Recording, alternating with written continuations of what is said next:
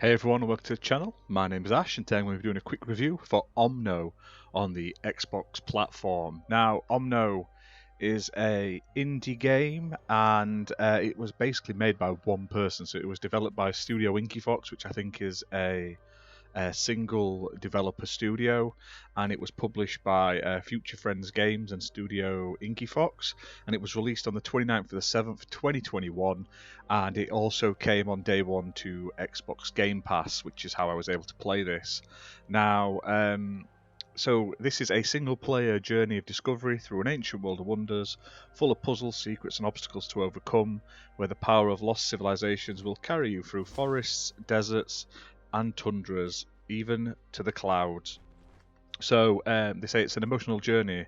Omno wishes you away on a journey of discovery through an ancient world of wonders. It's a single-player adventure full of puzzles, secrets and obstacles to overcome. A beautiful, mysterious world. The power of lost civilizations will carry you on an epic quest through lush forests, sun-blasted deserts and frozen tundras. Meet fantastical creatures. On your way you'll discover a vibrant world full of strange and wonderful life forms, from cute little critics to enigmatic giants and everything in between. Now, I really enjoyed this game. For one, it's really pretty to look at. Like I say, yes, it's very simplistic in the modelling and stuff like that, but with all the scenery, with the rocks and the plants and the wildlife and stuff like that, and the critters and stuff and the creatures, it looks absolutely beautiful. It's got a really sort of soothing, relaxing, sort of chill soundtrack, really ambient, which I highly recommend people check out even if you don't play the game. And honestly, like I say, it was a breath of fresh air in what's nowadays is a massive, it's all AAA, like shooters and stuff like that. This is a game that is just a simple, straightforward platforming puzzle game. The game itself, it takes place over multiple lands, and basically you've got to, in each area, you've got to find 3 orbs to progress the story, and you basically get 3 orbs, go on a beast, or you teleport to the next world, and then you do it over and over again until you get to the end of the story, basically. Now, in each of these areas, some of these orbs can be found by just searching, by just walking around, exploring the landscape. Some are locked behind puzzles you have to complete to be able to access them.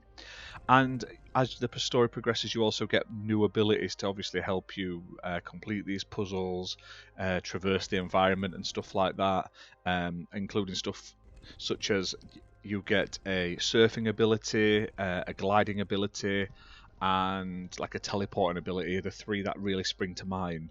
But the surfing ability is fantastic. It's so smooth. I mean, I wish some of the snowboarding games that are out there would use the control system they use for this, because it feels great. It's so smooth, it's fluid. It's just super satisfying. And when you finally unlock the surfing ability, you have like a whole section where there's nothing to do but just literally surf down to the next area. Oh, it's fantastic. And it works not just on snow, it works on land, because you basically surf on your magic staff basically, and also on the sand levels and stuff like that. So it's really satisfying. I highly recommend trying that. Honestly, it's one of the best features in the game. Now, in each of these areas, you can progress once you've found these 3 orbs, but to sort of 100% the game, get the true ending, get all the achievements, you have to find a variety of things. So there's extra orbs that you need to collect. So you can get 3 just to progress to the next area, but there is more of them. You need to find all of the animals and it sort of interact with all of them and stuff to sort of build up that encyclopedia.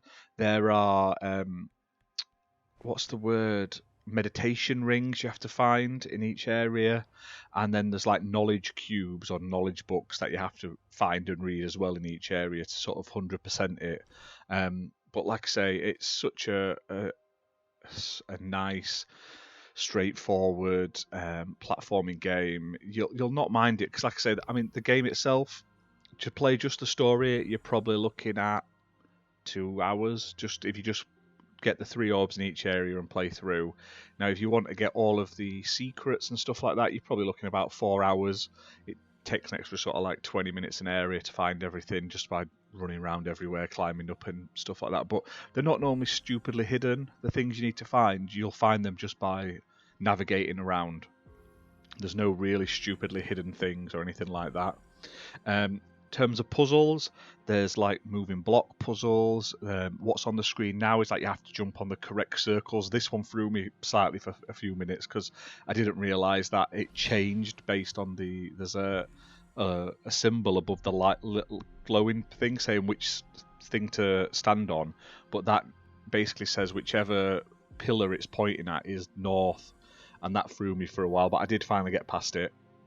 There's light puzzles where you have to move like a beam of light around. You have like an orb of light that helps you power things. You have to move that as well using your teleporting and stuff like that. You basically, the puzzles get slightly more complicated as you progress because they end up using all your different skills and abilities that you learn through just basically playing the game, etc.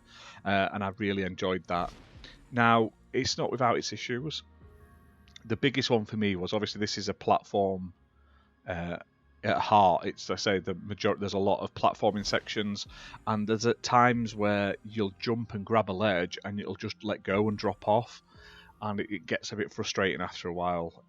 So it's like the hitbox isn't there or something correctly, because you'll land exactly where you need to be, and it'll actually do the animation to grab the ledge, and then it will just stop and let go, and then you fall when it should be pulling you up basically. And I'm not sure why that happens, because then you do it another time and it's absolutely fine, even doing exactly the same thing. So that was my main concern.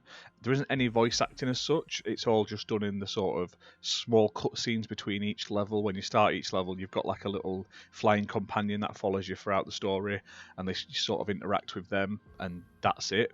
But it conveys the story how it should convey the story. So there's nothing to worry about there. You'll not miss anything just by playing along. And like I say, it's really, really interesting. And it's quite moving at the end as well. They've become quite like there's a close bond between them, and it's a sweet ending, I must admit. But like I say, I've 100% of this game, 1,000 gamer score, and like I say, you can do it with a guide pretty quickly. But honestly, I'd recommend just playing through it, and before you leave each stage, it says what percentage you're on and how much you've got to complete, and you can press Y at any time to raise your wand, and it'll tell you your completion in each section. So if you're missing something, just go back, stick your staff up, check what you're missing, and then find it before moving on. And like I say, it won't spoil the flow of the game or anything like that. And like I say, by the end of it, you'll get all the achievements naturally. There's a few ones you could miss in your first playthrough, but if you just read the achievement descriptions, you'll understand it, and it's quite simple. Like you have to surf with a certain critter for like 30 seconds, and you have to interact with one critter like 5 times in a row. Like you have to hit it 5 times, stuff like that. It's not stupidly hard, but if you don't bother to read what the achievements are, you may miss them on a playthrough. Now, this game is $14.99, so it's not an expensive game at all. Like I say, it is included with Game Pass, so if you've got Game Pass, you'll get that for free. And it's available on PC, Xbox One, and Xbox Series X and S by backwards compatibility. I would give this game a solid 8.5 out of 10. I've really enjoyed playing it. Like I say, the only negatives to it is it's pretty short, but it was a welcome short break, especially with some of the longer games I've been playing. But if comparing it in score-wise to some of the other indie games, it is a shorter game. And like I say, some of the getting to land on certain platforms at certain times can be quite tricky, and there's some time limited sort of restricted sections for puzzles where you've only got a limited amount of time, and if it keeps falling when it should be catching, it can get frustrating. But it's nothing to spoil the game as such. It's just the only negative I can really think of, because like I say, the graphics are great. The rest of the controls, like traversing the world and like the abilities are perfect. They work really well.